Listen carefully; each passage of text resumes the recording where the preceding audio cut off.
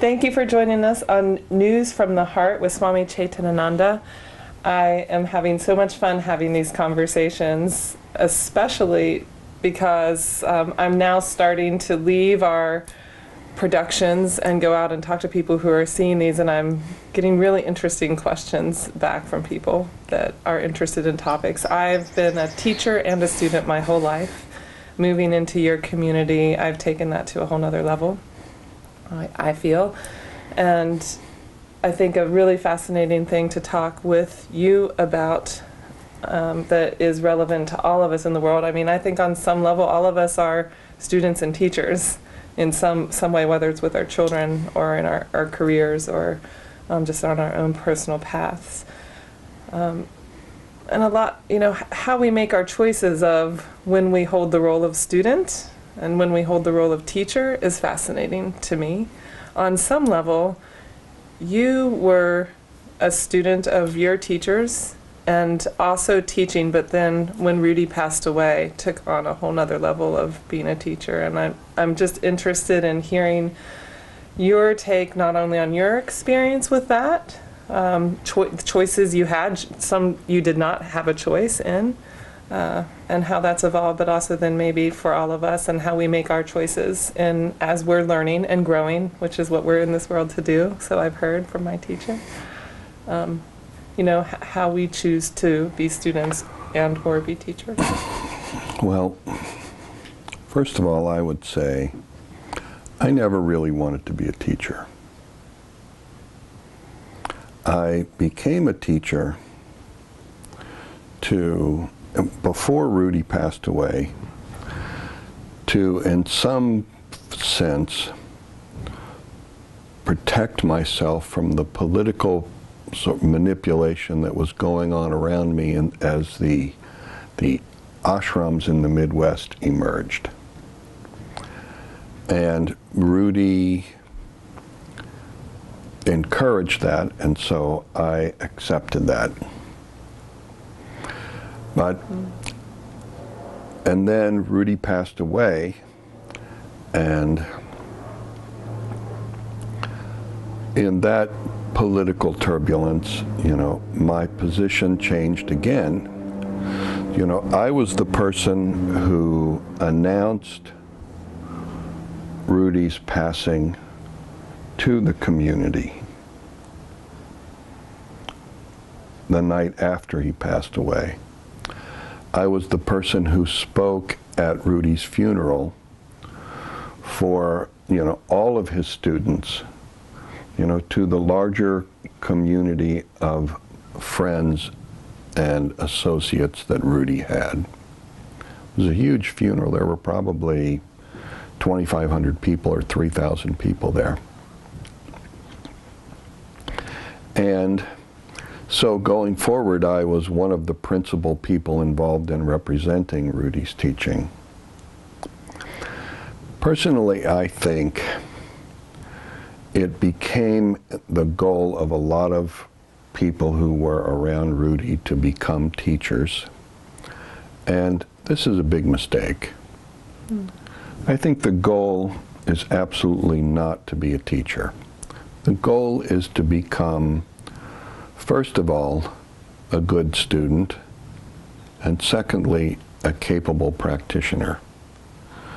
A disciplined and consistent, capable practitioner. And it is only if you have the skills to be a good student and you are a capable practitioner that you will ever become a true teacher. And a teacher is really only a person who is sharing their experience and, transmitting their experience in some instances to people who have articulated a wish to grow spiritually and who have asked somebody personally for that transmission. In other words, I don't go out and try to find students. I respond to people's requests. So with what you just said about your experience with Rudy and being a student and being a teacher, and then also observing other people who were students becoming teachers, I have a couple questions. One is, this isn't just referring to teachers of a spiritual practice. To me, what you just said makes sense whether you're studying physics or learning how to build a plane. As far as a student, a practitioner, and teaching other people. Yeah, it really doesn't matter. I mean, the same skills are relevant, but here is the difference. And I think it's only a difference in the beginning. The finest level of information cannot be exactly shared. It has to be transmitted.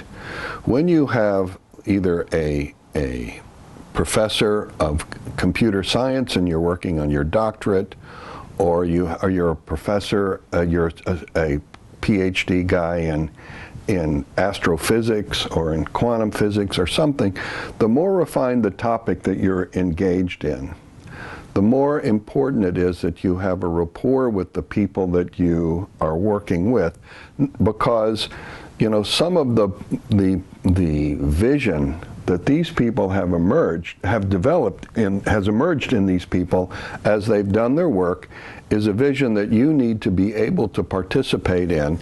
And often this vision has not ever been fully articulated by anybody. And so the conversation between teacher and student, if it is conducted in a proper way, really creates a connection and a sharing of understanding that transcends a whole absorption of information. And that's really what sets people on the right path in their professions. And sometimes people are very difficult, and teachers are difficult. Teachers who are difficult usually had difficult teachers themselves, and there could be misunderstandings, or there could be, big disagreements. But I think it's really important, to me, it is really important and the responsibility of the student to resolve those difficulties in a way that allows them to continue the conversation with their teachers and continue to receive their support in the professional development of the students.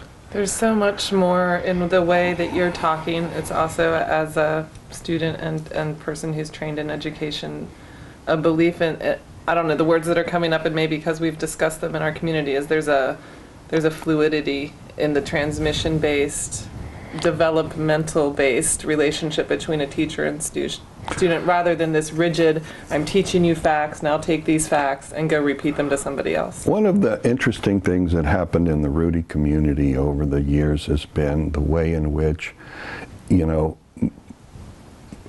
many, if not most, of the people who were teachers of Rudy's work when Rudy was alive, and shortly thereafter, are people who are committed to focusing on where Rudy had been when he passed away. Rigidly staying in that space with his teaching. Yeah, they hold rigidly to what Rudy taught them.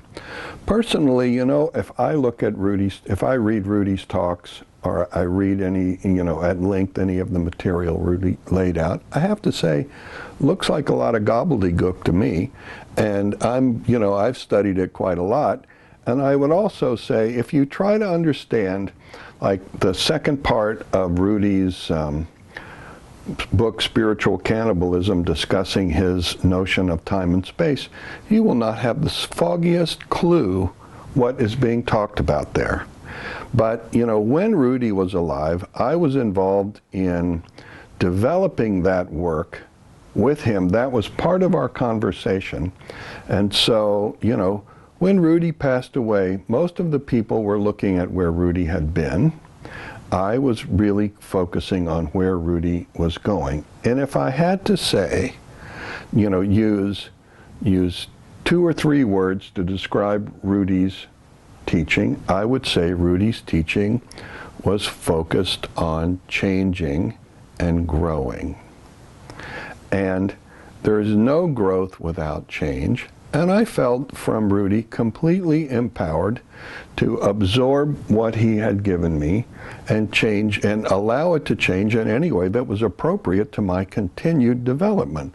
So the notion that Rudy left me something written in stone, you know, that I should be committed to, you know, is complete nonsense to me. And as far as I'm concerned, if you don't pay attention to what Rudy said and you look at what Rudy did, the entirety of the method for growing and changing has to do with cultivating your connection with the teacher. Mm-hmm.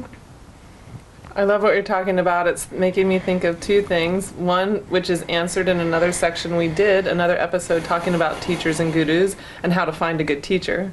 Because the concern that comes up for me when we talk about the student becoming the teacher and fluidity and growth and change is some people can take it down the wrong path and be teaching. So finding a good teacher who's growing and changing and developing from their experiences is important. Well, I think, you know, the one thing that, if it were up to me to advise people about teachers, I would say, if you are studying with somebody who is either self-appointed, and there are many of those, or who really wants to be a teacher, I'd be very suspicious of such people. And, you know, people who are engaged in a lot of self-promotion are usually also engaged in the presentation of a great deal of fiction, because, you know, we regularly see that fiction and self-promotion go together. And one of the most important things to me about having a teacher, and particularly having Rudy as a teacher, was Rudy allowed me access to his humanity, to his imperfections, to his internal conflicts and heartbreaks. And because Rudy allowed me access to that, it did not cause me to disrespect him at all, which is the response that most Americans have to seeing the humanity of another person. It immediately evoke some kind of disrespect in them. It really helped me to respect Rudy even more that he accepted me in that dimension of his life. And it also, most importantly, allowed me to accept the conflicts and the imperfections within myself in a way that really gave me the strength to face and begin to try to change those parts of me which were getting in my own way. So I think when you have a person who you're studying with who has some kind of edifice that they are trying to maintain for the sake of, you know, growing a teaching, you are being fed quite a lot of illusion and fiction, and you should be thoughtful about that. Not disrespectful, thoughtful. Yeah, being a conscious student is challenging.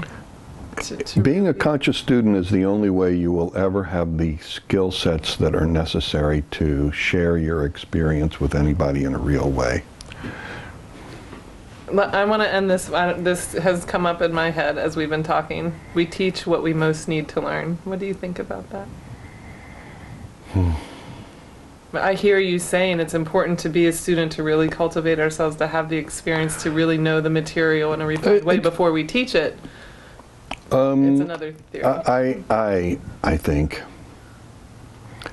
I can't go along with the idea that we teach what we most need to learn. We do sometimes teach what we're interested in knowing more about, because as we begin to teach it, we are forced to, inform ourselves more deeply and consider the subject in new ways that we might have never. But a lot of the time that really is a reflection of what is coming up in your path, rather than, or in your creative work, rather than what you exactly need to know. Mm-hmm. So, or need to I don't know. For right now, let's focus on being good students, all of us, and that's what I'm focused on. I mean, my focus has always been on being a good student. Mm. I feel like if I'm a good student, then I can share my experience with other students, people who haven't studied as long as I have, and in the sharing, I will bring something of value to those people. If I'm a teacher, then I'm, sort of imposing it on other people, and that imposition has the effect of suppressing, some aspect of that person which needs to be dealt with and dispersed. Mm-hmm. So I would prefer always to be a good student, and I am suspicious even of myself when I might fall too much into the role of being a teacher. Mm. Well, I'm very appreciative that you've become a teacher. It's been what has allowed me to drop into this space, not just with you. I'm now a student in many ways in my life, more than I ever have been, but I think having a great teacher in my life allowed me to drop into that space, and I've been a teacher my whole life. I'm naturally, but I'm a student, and realizing what you're saying in a really profound way in my life personally right now.